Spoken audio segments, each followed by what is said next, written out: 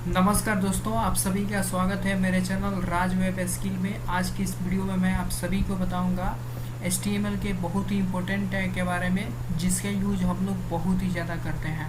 उस टैग का नाम है आई फ्रेम टैग। देखिए, आई फ्रेम टैग का यूज कैसे हम लोग करेंगे और आई फ्रेम टैग का हम लोग कहाँ कहाँ पे कैसे यूज करेंगे, इस वीडियो में हम लोग डिटेल में जानेंगे स्टेप बाय स्टेप। तो चलिए जानते हैं, लेट्स स्टार्ट। देखिए, HTML iframes. An HTML iframe is used to display a web page within a web page. देखिए, HTML में iframe का यूज हम लोग करते हैं वेब पेज पे डिस्प्ले करने के लिए। विदिन मतलब जो वेब पेज होता है, उस वेब पेज के अंदर हम लोग iframe को डिस्प्ले करते हैं। अब देखिए, HTML iframe का यूज कर रहा है तो उसका सिंटैक्स कैसे होता है उसको हम लोग समझ लेते हैं। HTML iframe tag specifies in an inline frame। देखिए, HTML जो iframe tag होता है वो inline frame भी हम लोग बोलते हैं, क्योंकि ये क्या होता है, कभी भी HTML के मतलब iframe के अंदर ही इसका यूज होता है। inline अब फ्रेम क्या होता है, inline frame is used to embed another document within the current HTML document।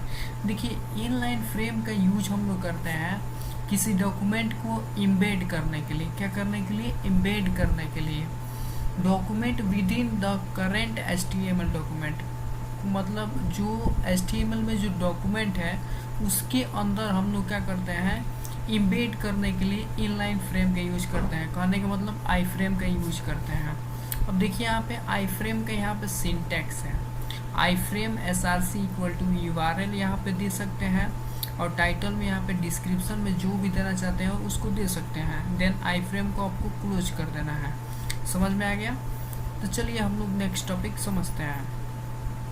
देखिए, इसके बाद है कि आई फ्रेम में जो भी आप URL दीजिएगा, जैसे कि इमेज दे रहे हैं तो उसमें जो हाइट, उसका सेट हाइट एंड विड्थ कैसे दे सकते हैं, कैसे सेट कर सकते हैं। तो हम लोग चलिए हम लोग समझते हैं iframe set height and width. यानी कि आई फ्रेम में हम लोग हाइट को कैसे सेट करते हैं, विड्थ को कैसे सेट करते हैं, उसके बारे में समझ लेते हैं। Height and width attribute to specify the size of the iframe. यानी कि हाइट एंड विड्थ एट्रीब्यूट का यूज हम लोग करते हैं साइज को स्पेसिफाई करने के लिए, आई फ्रेम में यूज करते हैं। ठीक है, the height and width are specified in pixel by default.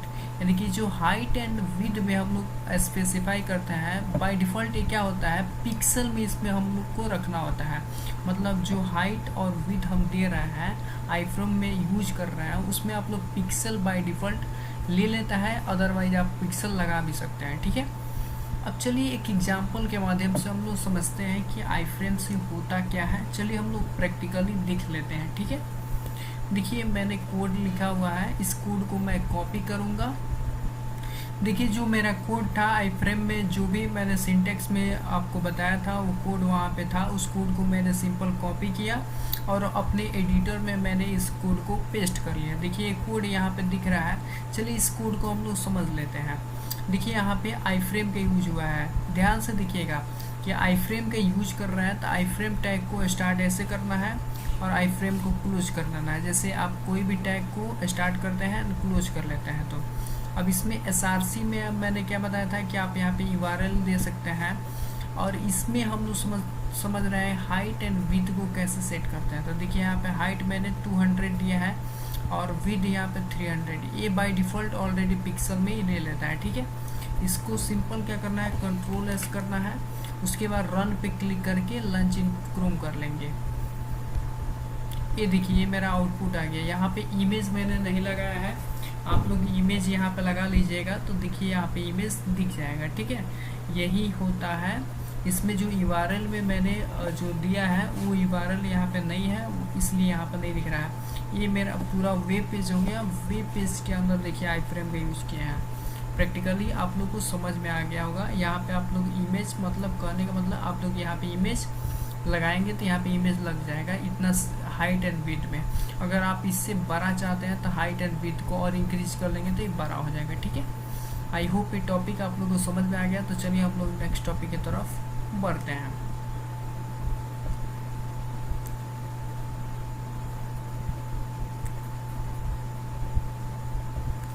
अब देखिए इसी में बात आता है, इसमें मेरा मेन नेक्स्ट टॉपिक है, you can add the style attribute and use the CSS height and width property.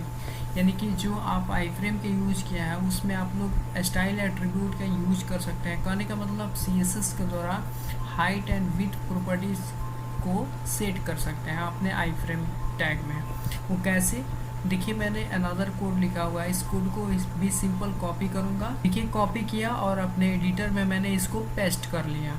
और यहाँ पे आप लोग को देखिए SRC में मैंने URL दिया हुआ है। अभी मैंने बताया था कि आई फ्रेम में आप लोग स्टाइल एट्रीब्यूट का यूज कर सकते हैं, जो कि यहाँ पे दिख रहा है। स्टाइल में देखिए मैंने हाइट यहाँ पे 200 पिक्सल का मैंने रखा है, विड्थ 300 पिक्सल का मैंने रखा हुआ है, ठीक है। तो इस तरह से आप स्टाइल में भी आप लोग हाइट एंड विड्थ को आप लोग सेट कर सकते हैं। तो चलिए इसको रन करा के देखते हैं कि इसका आउटपुट क्या होता है। तो इसके लिए Ctrl+S कर लीजिए, सेव कर लीजिए, रन पे क्लिक करके लॉन्च इन क्रोम करेंगे। देखिए सेम एज ए आउटपुट हमको दिख रहा है, जैसे पिछला मैंने प्रीवियस जो कोड को रन कराया था उसी तरह ये भी दिख रहा है। तो इस तरह आप लोग आई फ्रेम में स्टाइल एट्रीब्यूट का यूज करके आप लोग हाइट एंड विड्थ प्रॉपर्टीज को सेट कर सकते हैं। आई होप ये टॉपिक आप लोग को क्लियर हो गया। चलिए हम लोग नेक्स्ट टॉपिक समझते हैं। अब देखिए मेरा नेक्स्ट टॉपिक है iframe. Iframe remove the border, यानी कि आई फ्रेम से जो बॉर्डर आपको दिख रहा है ब्लैक कलर का, उसको रिमूव कैसे कर सकते हैं उसके बारे में मैंने बताया है। Remove the border at the style attribute and use the CSS border property. देखिए आप यानी कि जो आई फ्रेम में जो बॉर्डर का यूज कर रहे हैं वो आप लोग बॉर्डर को रिमूव कर सकते हैं स्टाइल एट्रीब्यूट के द्वारा। किसके द्वारा? स्टाइल एट्रीब्यूट के द्वारा। And use the CSS border property, आपको यूज करना होगा CSS बॉर्डर प्रॉपर्टी। जैसे ही CSS बॉर्डर प्रॉपर्टी का यूज करेंगे तो आपका बॉर्डर क्या होगा, रिमूव हो जाएगा। तो देखिए मैंने यहाँ पे कोड लिखा हुआ है, इस कोड को सिंपल कॉपी करेंगे। ये उस कोड को मैंने कॉपी किया और अपने एडिटर में मैं इसको पेस्ट कर लूँगा। अब चलिए समझते हैं। देखिए इसमें मैंने स्टाइल एट्रीब्यूट का यूज किया हुआ है, देखिए जो कि दिख रहा है आई फ्रेम टैग के अंदर। और इसमें मैंने बॉर्डर को क्या कर लिया है, नन, क्योंकि बॉर्डर को मुझे रिमूव करना है, इसलिए बॉर्डर को मैं क्या रखूँगा, नन, यानी कि बॉर्डर मेरा वहाँ से जो आ रहा है वो रिमूव हो जाएगा। चलिए Ctrl+S करके देखते हैं कि बॉर्डर मेरा रिमूव हो रहा है कि नहीं। तो देखिए ये मेरा प्रीवियस एग्जांपल था, यही बॉर्डर आया था।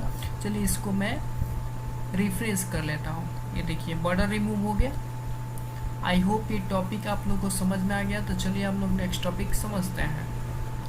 अब देखिए मेरा नेक्स्ट टॉपिक है, you can also change the size, style and colour of the I frame border. आप बॉर्डर में आप साइज़ को चेंज कर सकते हैं, स्टाइल को भी, स्टाइल में आप कलर, आई फ्रेम के कलर को चेंज कर सकते हैं। जो उसका बॉर्डर है रेड, ग्रीन, येलो, जिस कलर का करना चाहते हैं बॉर्डर का कलर, वो भी आप लोग चेंज कर सकते हैं। वो किसके द्वारा? CSS प्रॉपर्टी के द्वारा। तो चलिए उसको हम लोग समझते हैं। CSS प्रॉपर्टी में स्टाइल एट्रीब्यूट का यूज करके। तो देखिए मैंने यहाँ पे सिंपल सिंटेक्स दिया हुआ है, आई फ्रेम में मैंने लिखा हुआ है स्टाइल का यूज करके। ये मेरा स्टाइल एट्रीब्यूट है, इस पर मैंने बॉर्डर 2 पिक्सल का दिया हुआ है। आप जितना पिक्सल का चाहते हैं बॉर्डर का, 3 पिक्सल 4 पिक्सल उतना दे सकते हैं। सॉलिड रेड, यानी कि जो आपका लाइनिंग आ रहा है वो किस कलर का, तो रेड कलर का। तो चलिए इस सिंपल मैं इस कोड को कॉपी कर लेता हूँ और इस कोड को कॉपी करने के बाद अपने एडिटर में जाते हैं और ये जो आई फ्रेम लिखे हैं इसी आई फ्रेम पे मैं उस आई फ्रेम को जो कॉपी किया था इसको मैं यहाँ पे पेस्ट कर लूँगा। और देखिए ये मेरा कोड आ गया है। देखिए यहाँ पे स्टाइल एट्रीब्यूट मैंने यूज किया हुआ है, इसमें बॉर्डर कितना है, 2 पिक्सल एंड सॉलिड कैसा है, रेड।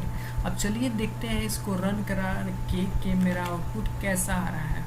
तो सिंपल मैंने Ctrl+S किया एंड रन पे क्लिक करके लॉन्च इन क्रोम कर देंगे। ये देखिए यहाँ पे बॉर्डर कैसा आ रहा है, रेड आ रहा है, सॉलिड रेड आ रहा है और कितना पिक्सल का है, 2 पिक्सल। अगर आप 3 पिक्सल का चाहते हैं तो आपको सिंपल कुछ नहीं करना है, यहाँ पे 3px कर देना है और इसको Ctrl+S कीजिए, देन अपने क्रोम में आइए और इसको रिफ्रेश कर लीजिए। ये देखिए 3 पिक्सल का हो गया। आई होप ये टॉपिक आप लोग का क्लियर हो गया। तो चलिए नेक्स्ट टॉपिक हम लोग समझते हैं।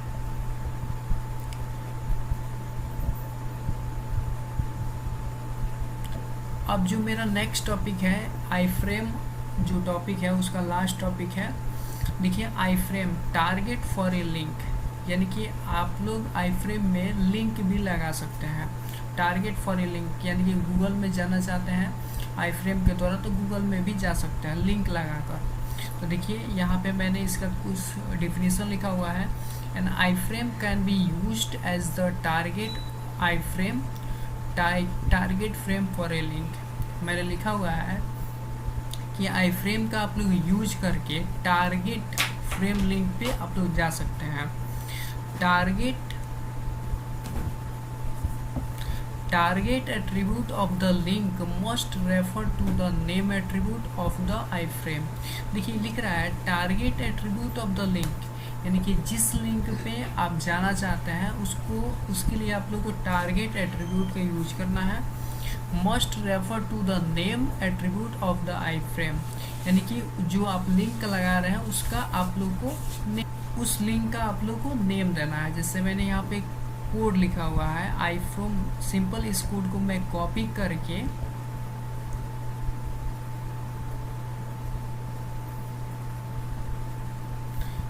इस कोड को मैं कॉपी करूँगा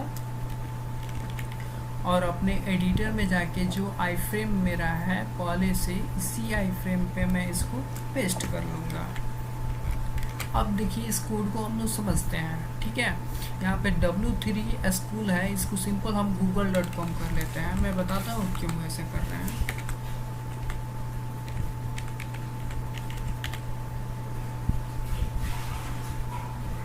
देखिए यहाँ पे आई फ्रेम मेरे ये URL है, URL तो अभी हम लोग समझ नहीं रहा है। देखिए अभी मेरा जो टारगेट है वो टारगेट एट्रीब्यूट, देखिए अभी जो मेरा एट्रीब्यूट का यूज कर रहा है उसमें टारगेट एट्रीब्यूट, जैसे देखिए टारगेट का मैंने यूज किया हुआ है आई फ्रेम ए पे मैं लिंक लगा रहा हूँ जैसे google.com का। तो देखिए यहाँ पे ahref में मैंने www.google.com का मैंने यहाँ पे लिंक लगाया हुआ है, ठीक है। ठीक है, देखिए यहाँ पे मैंने लिंक लगाया हुआ है और टारगेट में मैंने आई फ्रेम _a दिया हुआ है, ठीक है। और इस लिंक का आप लोग नाम भी यहाँ पे लिख सकते हैं, जैसे गूगल का है तो google.com मैंने लिखा हुआ है। जो भी आपका लिंक है उसका आप लोग यहाँ पे नाम भी दे सकते हैं, ठीक है। तो सिंपल आपको Ctrl+S करना है एंड रन पे क्लिक करके इसको लॉन्च इन क्रोम कर लेना है। ये देखिए आपका आउटपुट आ गया। देखिए आई फ्रेम के नीचे आपको यहाँ पे लिंक बना हुआ आ रहा है w3school.com का। ऐसा क्यों आ रहा है मैं अभी आपको बता रहा हूँ। यहाँ पे देखिए मैंने यहाँ पे www.google.com यहाँ पे लिखा हुआ है, लेकिन वहाँ पे आ रहा है, देखिए एक्चुअल में इसका W3 स्कूल क्यों आ रहा है, क्योंकि demo._iframe.html में ऑलरेडी उसका कनेक्शन है W3 से, इसलिए आ रहा है। बट उस पर क्लिक कीजिएगा तो www.google.com का आपको सिंपल इसका आइकन दिखेगा, मतलब इसका लिंक दिखेगा। कैसे, देखिए मैं रन पे क्लिक करूँगा एंड लॉन्च इन क्रोम करेंगे। ये देखिए जैसे मैं इस पर क्लिक करूँगा तो देखिए यहाँ पर नीचे URL एक बन रहा है https www.google.com। यहाँ पे जैसे ले जाइएगा तो देखिए URL आपको दिख रहा है। आई होप ये टॉपिक आप लोग को क्लियर हो गया। तो चलिए मिलते हैं नेक्स्ट वीडियो में नेक्स्ट टॉपिक के साथ। तब तक के लिए बाय बाय, टेक केयर। मिलते हैं नेक्स्ट टॉपिक में, बहुत ही जो ज़्यादा इम्पोर्टेंट है उस टॉपिक के साथ। तब तक के लिए बाय बाय।